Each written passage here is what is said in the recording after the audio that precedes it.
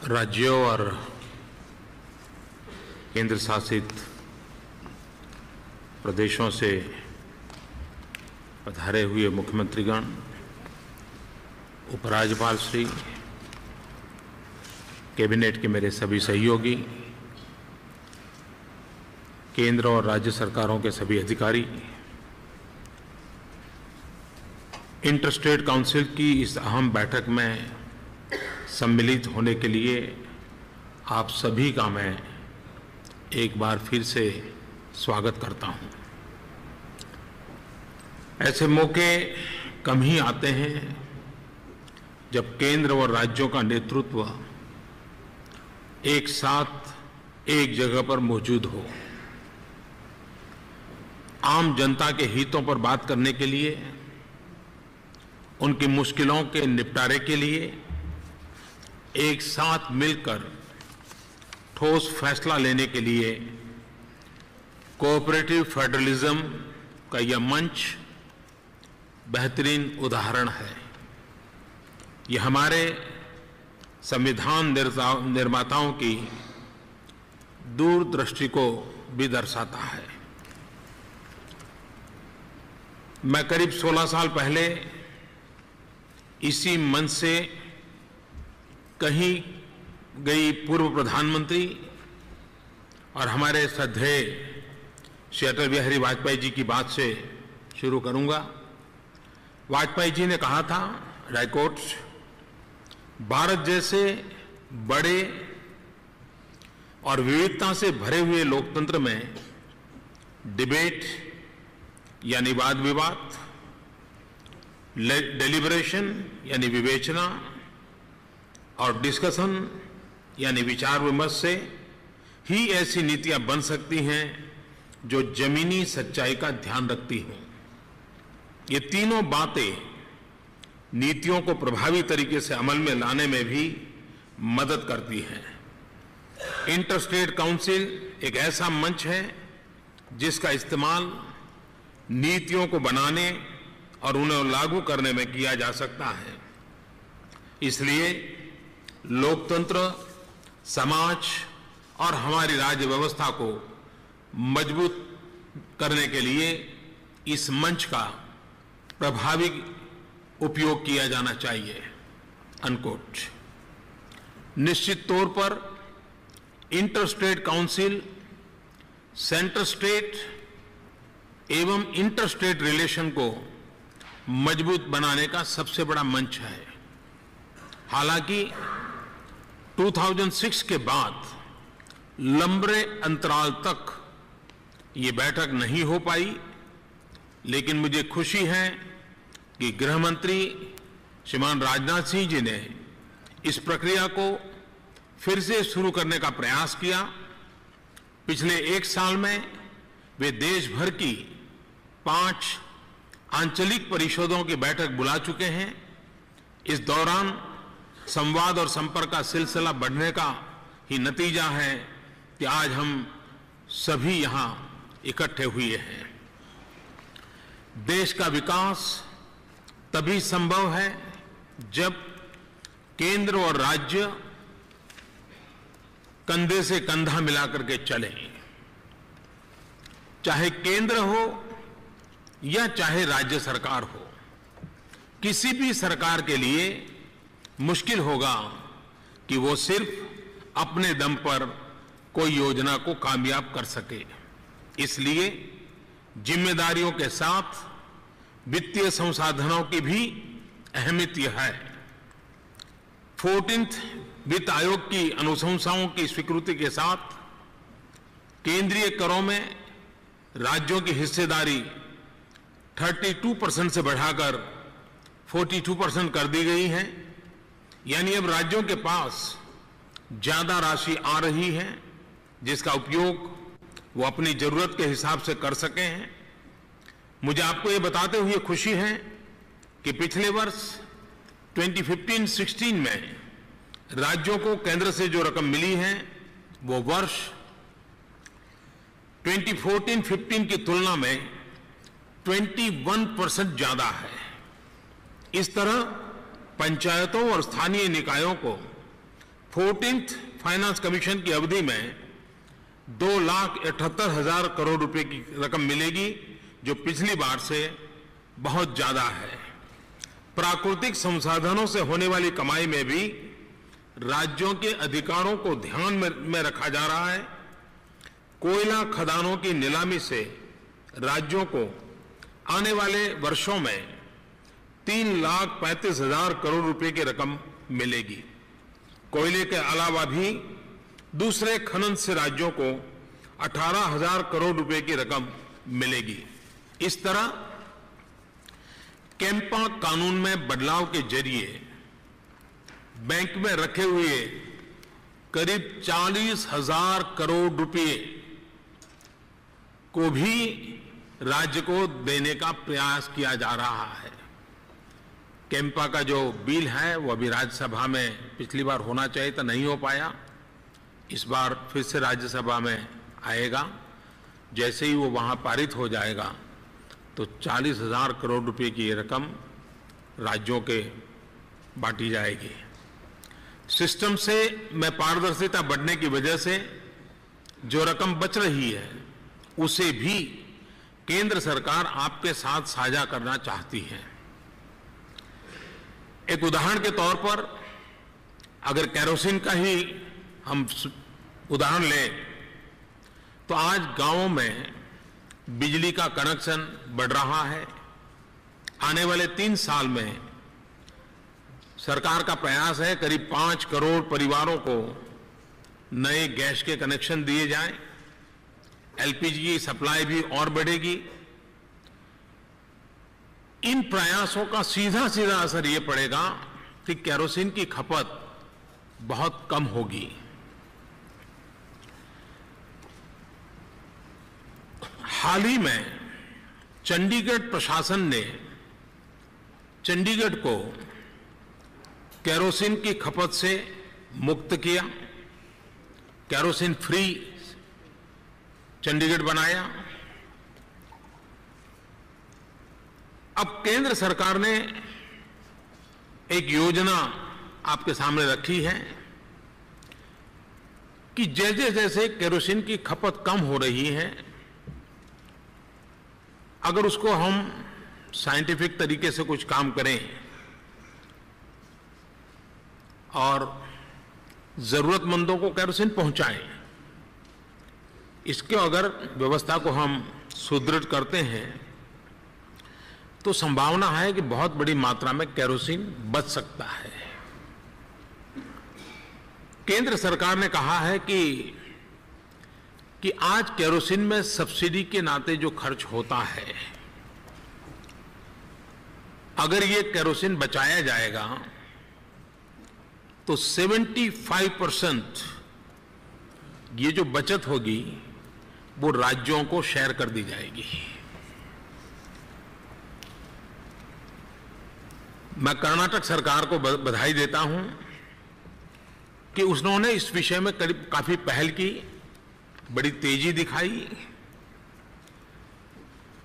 और उन्होंने बहुत बड़ी मात्रा में केरोसिन की खपत बचाई है और उसके कारण उनको काफी मात्रा में धनराशि भी उपलब्ध हुई है, जो धनराशि उनको पहुंच गई है। एक अनुमान है अगर सभी राज्य थोड़ा थोड़ा करें और 25% भी खपत कम हो जाए, लोगों का कोटा कम नहीं करना है लेकिन जो हकदार है उनको मिले, ये अगर हम कर लें 25%, तो एक अनुमान है कि 1,600 करोड़ रुपया राज्यों को मिल सकता है। जो सब्सिडी बचेगी, जो राज्यों को देने का सरकार का फैसला है, ये बहुत बड़ा इंसेंटिव है। तो हम अगर हमारी व्यवस्था में सुधार लाएंगे तो इसका लाभ सीधा सीधा राज्यों को मिलेगा। Inter-state council centre state relation के साथ ही उन विषयों पर भी चर्चा का मंच है जो देश की बड़ी आबादी से जुड़े हुए हैं। कैसे नीति निर्धारण के स्तर पर इन मुद्दों को सुलझाने के लिए एक राय बनाई जा सकती है, कैसे एक दूसरे से परस्पर जुड़े विषयों को सुलझाया जा सकता है। इसलिए इस बार इंटर स्टेट काउंसिल में पुंछी कमीशन की रिपोर्ट के साथ ही 3 और अहम विषयों को भी चर्चा के लिए प्रस्तुत किया गया है। उसमें एक है आधार। हम सब जानते हैं कि संसद में आधार एक्ट 2016 अब पास हो चुका है। इस एक्ट के पास होने के बाद अब हमें सब्सिडी हो या फिर तमाम दूसरी सुविधाएं हो, डायरेक्ट कैश ट्रांसफर के लिए आधार के प्रयोग की सुविधा अब हमें प्राप्त हुई है। 128 करोड़ की आबादी वाले हमारे देश में अब तक 102 करोड़ लोगों का आधार कार्ड बांटे जा चुके हैं। यानी अब देश की 79% जनसंख्या के पास आधार कार्ड है। और उसमें भी अगर हम एडल्ट्स को सोचें, वयस्कों की बात करें, तो देश के 96% नागरिकों के पास आधार कार्ड है। आप सभी के समर्थन से इस साल के अंत तक हम देश के हर नागरिक को आधार कार्ड से जोड़ पाएंगे। और मैं इसके लिए मुख्यमंत्रियों का, राज्य सरकारों का भी आभार व्यक्त करता हूं कि इस काम में उन्होंने काफी तेजी लाई है और काफी बल दिया है, और उसके कारण ये संभव हुआ है। आज की तारीख में एक साधारण सा आधार कार्ड लोगों के सशक्तिकरण का प्रतीक बना है। सरकारी मदद या सब्सिडी पर जिस व्यक्ति का अधिकार है, अब उसे ही इसका फायदा मिल रहा है। पैसा सीधा उसी के खाते में जा रहा है। इससे पारदर्शिता तो आई ही है, हजारों करोड़ रुपयों की बचत भी हो रही है, जो रुपये विकास के काम में खर्च हो पा रहे हैं। बाबा साहब आंबेडकर जी ने लिखा था कि भारत जैसे देश में सामाजिक सुधार का मार्ग उतना ही मुश्किल है, उतनी ही अड़चनों से भरा हुआ है जितना स्वर्ग जाने का मार्ग। जब आप सामाजिक सुधार की सोचते हैं तो आपको दोस्त कम, आलोचक ज्यादा मिलते हैं। अनकोट। आज भी बाबा साहब आंबेडकर की लिखी ये बातें उतनी ही प्रासंगिक है।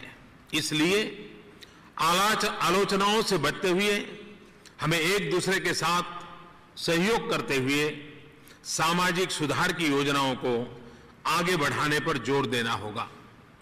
इनमें से बहुत सी योजनाओं की रूपरेखा नीति आयोग में मुख्यमंत्री को ही सब ग्रुप के द्वारा तय हुई और उन्हीं को लागू करने का पूरा प्रयास किया गया। इंटर स्टेट काउंसिल में जिस एक और अहम विषय पर चर्चा होनी है वह है शिक्षा। भारत की सबसे बड़ी ताकत हमारी युवा शक्ति है, हमारे नौजवान हैं। 30 करोड़ से ज्यादा बच्चे अभी स्कूल जाने वाली उम्र में हैं। इसलिए हमारे देश में आने वाले कई सालों तक दुनिया को स्किल्ड मैन पावर देने की क्षमता है। केंद्र और राज्यों को मिलकर बच्चों को शिक्षा का ऐसा माहौल देना होगा जिसमें वे आज की जरूरत के हिसाब से खुद को तैयार कर सकें, अपने हुनर का विकास कर सकें। पंडित दीनदयाल उपाध्याय जी के शब्दों में अगर कहें तो शिक्षा एक निवेश है। हम पेड़ पौधों को लगाते समय उनसे कोई फीस नहीं लेते। हमें पता होता है कि यह पेड़ पौधे आगे जाकर हमें ऑक्सीजन देंगे, पर्यावरण की मदद करेंगे, जीवन की आवश्यकताओं को पूर्ण करेंगे। उसी तरह शिक्षा भी एक निवेश है जिसका लाभ समाज को निरंतर मिलता रहता है। पंडित दीनदयाल उपाध्याय जी ने ये बातें 1965 में कही थी। तब से लेकर के आज तक हम शिक्षा की दृष्टि से बहुत लंबा सफर तय कर चुके हैं, लेकिन अब भी शिक्षा के स्तर को लेकर बहुत कुछ करने की आवश्यकता है। हमारी शिक्षा व्यवस्था से बच्चे वास्तव में कितने शिक्षित हो रहे हैं, इसे भी हमें अपनी चर्चा में जरूर मेंशन करना चाहिए। इसलिए बच्चों में शिक्षा का स्तर सुधारने का सबसे बड़ा तरीका है कि उन्हें शिक्षा के उद्देश्य भी समझाए जाएं। सिर्फ स्कूल जाना ही पढ़ाई नहीं है।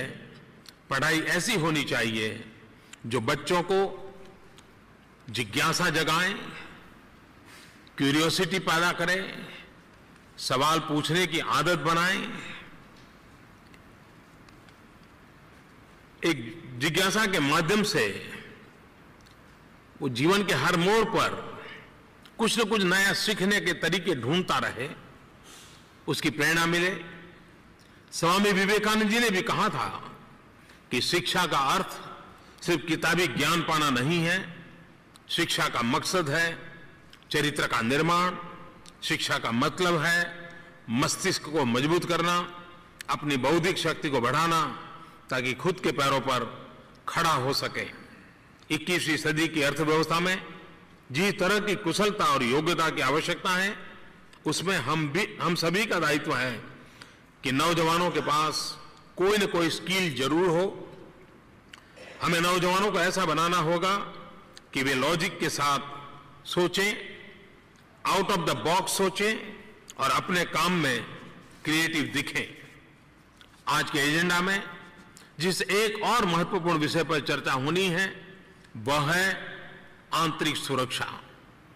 देश की आंतरिक सुरक्षा के लिए किस तरह की चुनौतियां हैं, इन चुनौतियों से कैसे निपट सकते हैं, कैसे एक दूसरे का सहयोग कर सकते हैं, इस पर चर्चा होना आवश्यक है।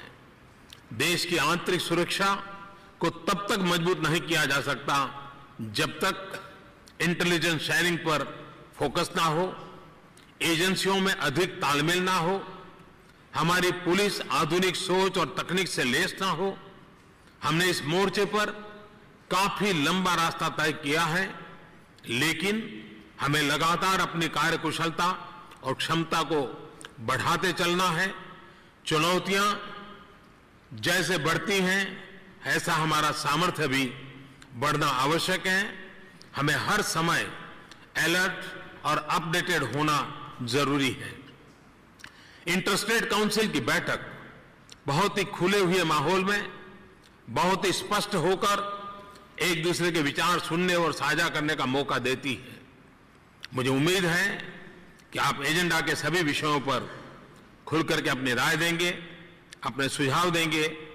आपके सुझाव मूल्यवान होंगे।